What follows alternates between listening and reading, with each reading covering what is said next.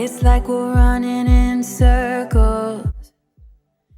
So you're probably thinking she's doing another board and batten wall. Well, I am, and it's not going to be my last one. I'm going to do another one in my bedroom and in my dining area. But I love it. I love the classic lines of it. I love how much character it adds to break up the long white walls in these rooms, and it really doesn't cost very much money to do.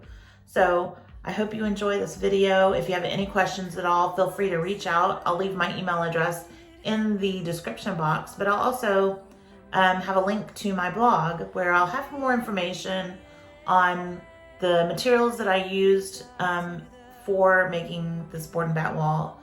And yeah, so make sure you subscribe if you want to get notified of my next video. I'm going to have taking a week of vacation in a couple of weeks, so I'm planning on tackling a bunch of different projects. First, my closet and my master bathroom, and I'm really excited about those. I've practiced in the upstairs bedrooms on building shelves and double racks for clothes, so I'm gonna do it on a much grander scale, and I know that I can get it done now.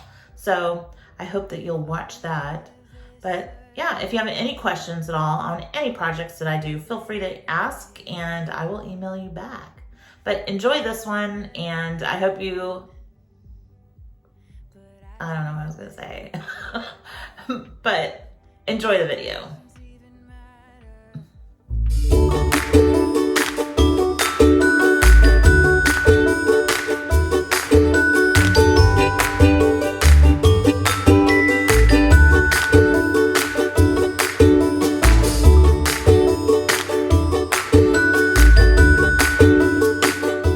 So I'm going to give you a little look at what my bathroom looked like before.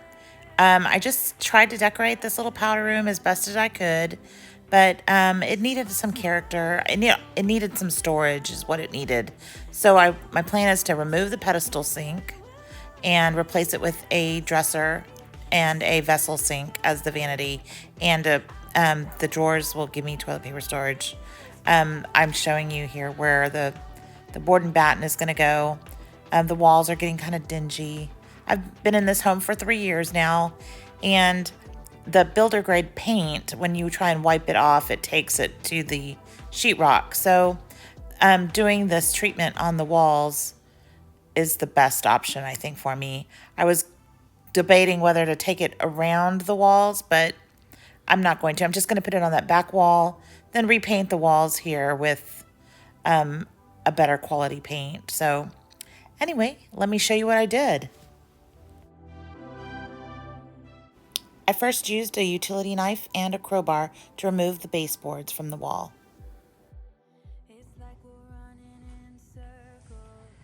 So as you see, I had to put my yoga mat down for my knees because I needed to remove that side and that side just to get the wider base board flat. We'll get these on the wall and the base, and I'll decide whether I'm going to do the other. I don't think I'm going to do it. I don't know. We'll see how it looks. So anyway, I'll let you watch. I use liquid nails to adhere it to the wall.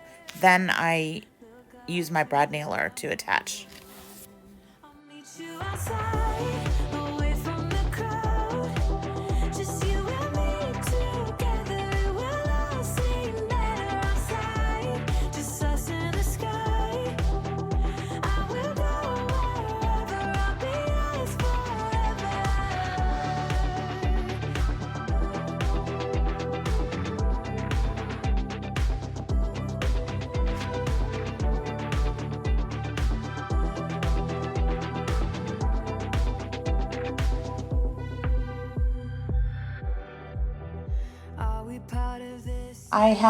Okay, so the boards are 8 feet long.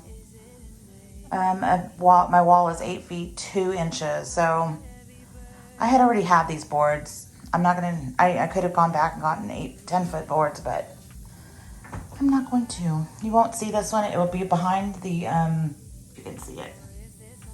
Right there, see. It will be behind the sink whenever I install it. And I'm gonna caulk it up so you won't see that. And this tall one, I'm gonna put on the top here. And I'm gonna make the part that's short on this side and caulk it and add the little extension to it. So it'll be all right. Let me just install the top board, make sure it's level, and nail it in.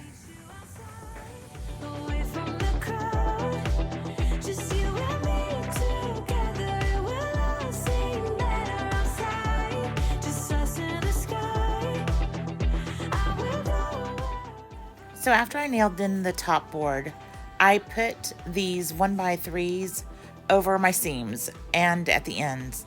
So I put one at the end on both ends and then one in the middle down the seam. And my next boards were all spaced every 16 inches.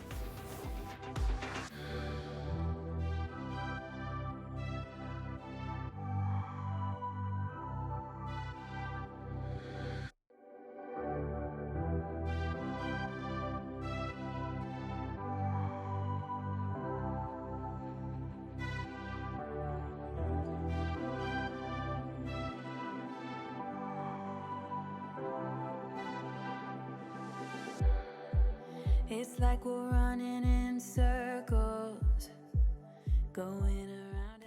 I used these scrap pieces just as spacers so that I knew exactly where my next boards would be. That way I could measure the size that I needed to cut. Before fastening them, I remeasured the distance between each of them just to make sure they're in the correct space. We'll make our own way. Won't you come outside where the sunflowers bloom? Breathe in the air. So I've attached the last one. I went and bought another board. I had some 1x2 in my garage. I had one strip actually, and I attached it, and I realized that my walls are not plumb because they wouldn't lay against it. So that's okay. I filled it in with plastic wood, filled all the nail holes in, and over here I just had to make another piece. I didn't want to go and buy another board for just that little piece. So I took one of my 1x3s and I cut exactly what I needed. I patched it up, and I'll use caulking for the rest. But so far so good. I'm going to reattach the molding to the bottom. I'm going to have to replace that one and that one.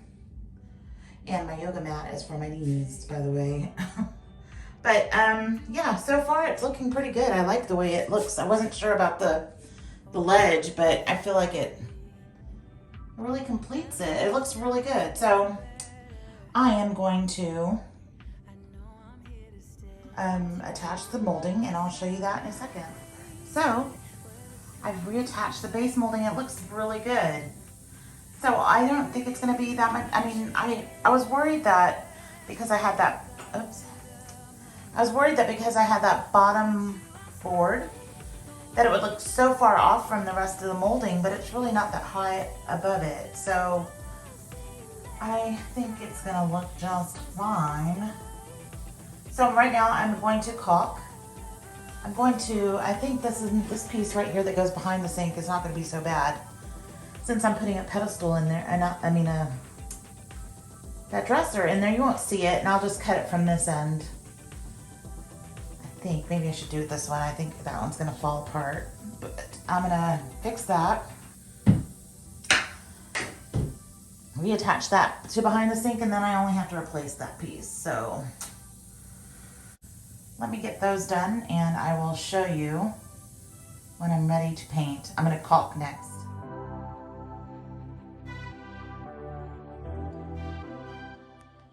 So it's all done. I love it. Okay, so I just need to paint it.